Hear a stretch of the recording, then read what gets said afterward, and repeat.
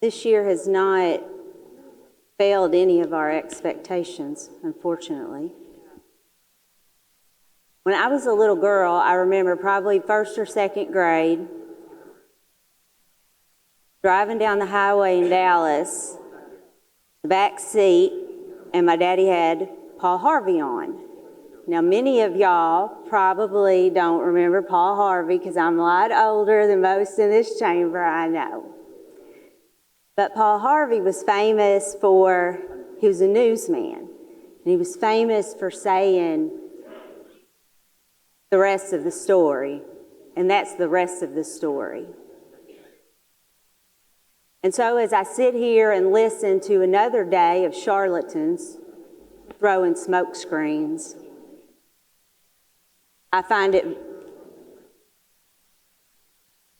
that I'm very compelled to tell you the rest of the story. We have heard up until this point, so 8 days or 9 days of session, we have heard almost every single day that the Republicans didn't pass the property tax cut. Well, I'm going to give you the rest of the story. Final day of session, I pulled a bill out of fiscal oversight. We added that tax cut on and some other things that were being required because everyone in this chamber knows, everyone in the chamber across the rotunda knows that it's a tug of war between the House and the Senate and getting priorities done, and with the leadership of both chambers. And you can't cross out. If we get a little bit of order in this area, if you have a conversation, please take it outside. Thank you. Senator, you may proceed.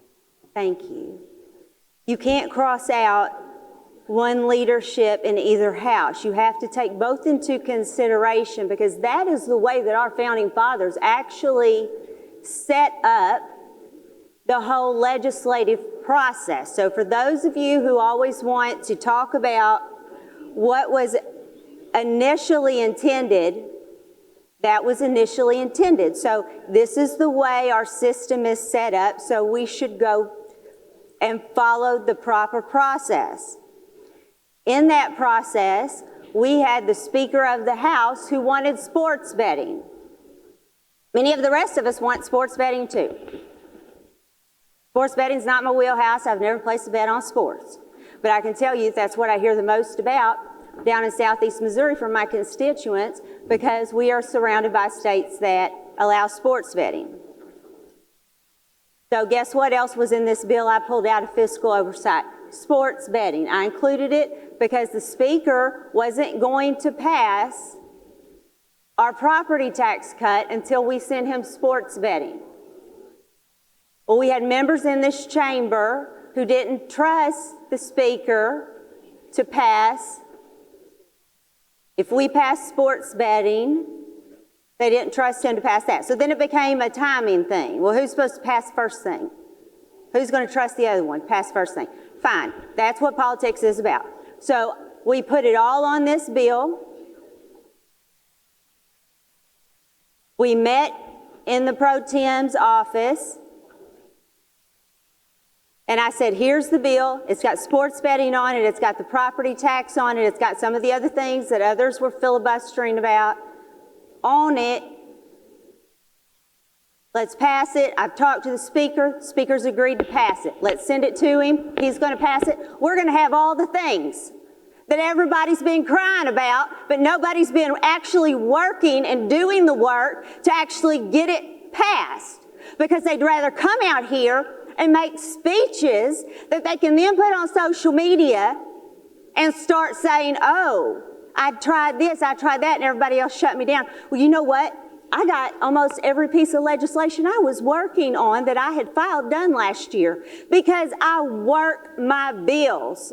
I don't just come out here and talk about them.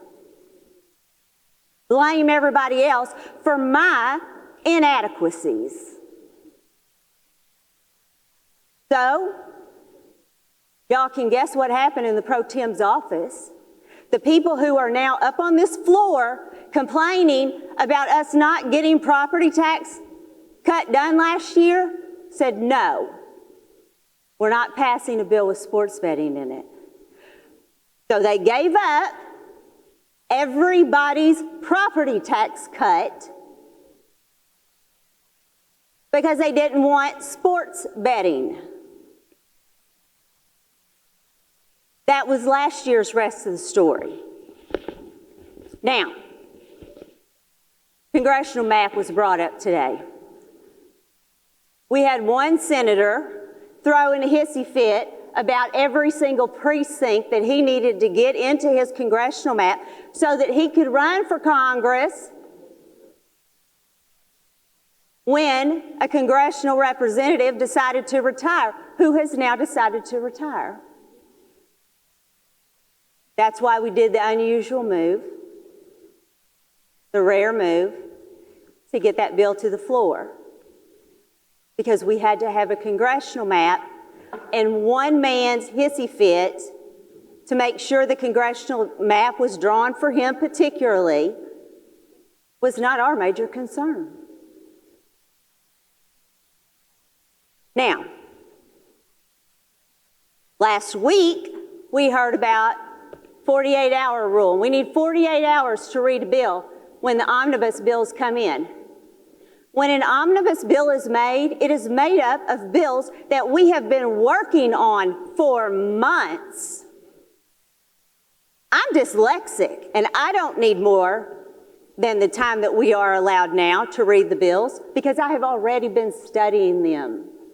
I have already been reading them, and I can read that bill when it gets put on my desk. And if I can't, I'm a senator, and I can hold this floor up as long as I need to and go through every line that I need to go through.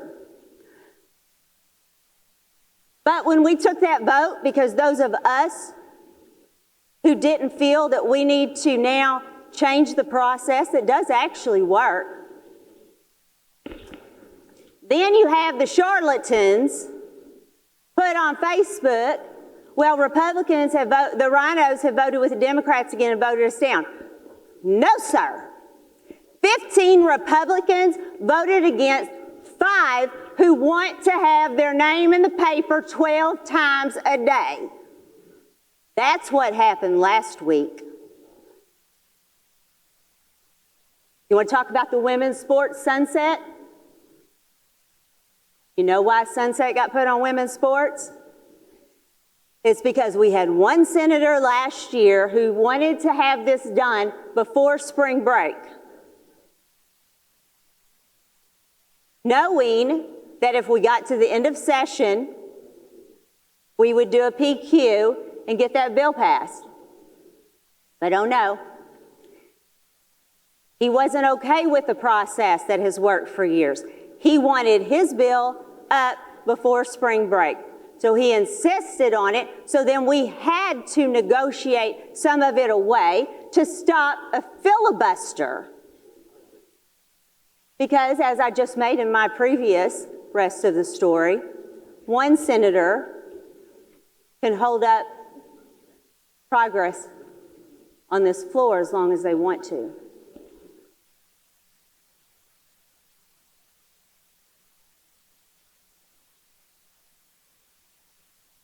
Now we're going to talk about the IP reform. IP reform is necessary. And I'm not somebody who cares about percentages, okay? And I don't think we need to take away the people's process in a lackadaisical, haphazard, we want to get this done, we're going to throw this out there kind of way. This is the people's process of being able to bring something to the ballot. And it should not be done that way.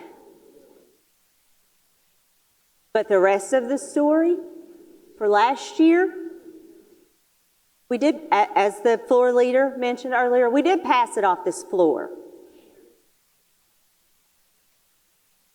And it was ready. The House did send us their version back. It was ready to be voted on again. But one of the charlatans decided to filibuster the last few days, so IP reform, the final vote, did not get made. So the final vote on IP reform last year that would have prevented what we are seeing now with the pro-choice movement from going to the ballot, that was stopped by the ones who are now trying to blame us for what they did. We should not even be in this situation. But here we are.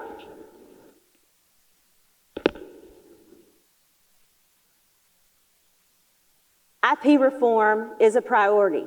The priority piece that I feel for IP reform is that the rural voices need to be heard. Right now, the process can be passed. Something can get on the ballot without finding out how the rural areas of this state feel. That must change. But that needs to go through committee, and we need to come up to a consensus, and we need to work the process. When something happens like what they're recommending that we do today, which I'm going to vote against because, once again, they do not care about getting stuff passed. They have not passed legislation because of their inadequacies, because they do not work their bills, because they come to this floor and make threats and do this type of tactics instead of working a bill through the process. I have filed bills over and over. I am very pro-life. You will not find one vote of mine that is not pro-life. Missouri is a pro-life state. Abortions are not allowed in Missouri. But what about the kids that are here today? What about the number of children that have died this past year from abuse and neglect? Do we care about them? Have the ones crying about IP reform and all of these other bills, have they filed anything to help what these kids are going through in the foster care system? Have they filed anything to help with maternal mortality rate? Because I have. How about infant mortality rate in Missouri? Have they filed any bills for that? 450 babies died at birth last year. 23 moms. 23 moms. You know, some of those had children at home that then lost their mother. Can we care about the children that are born as well?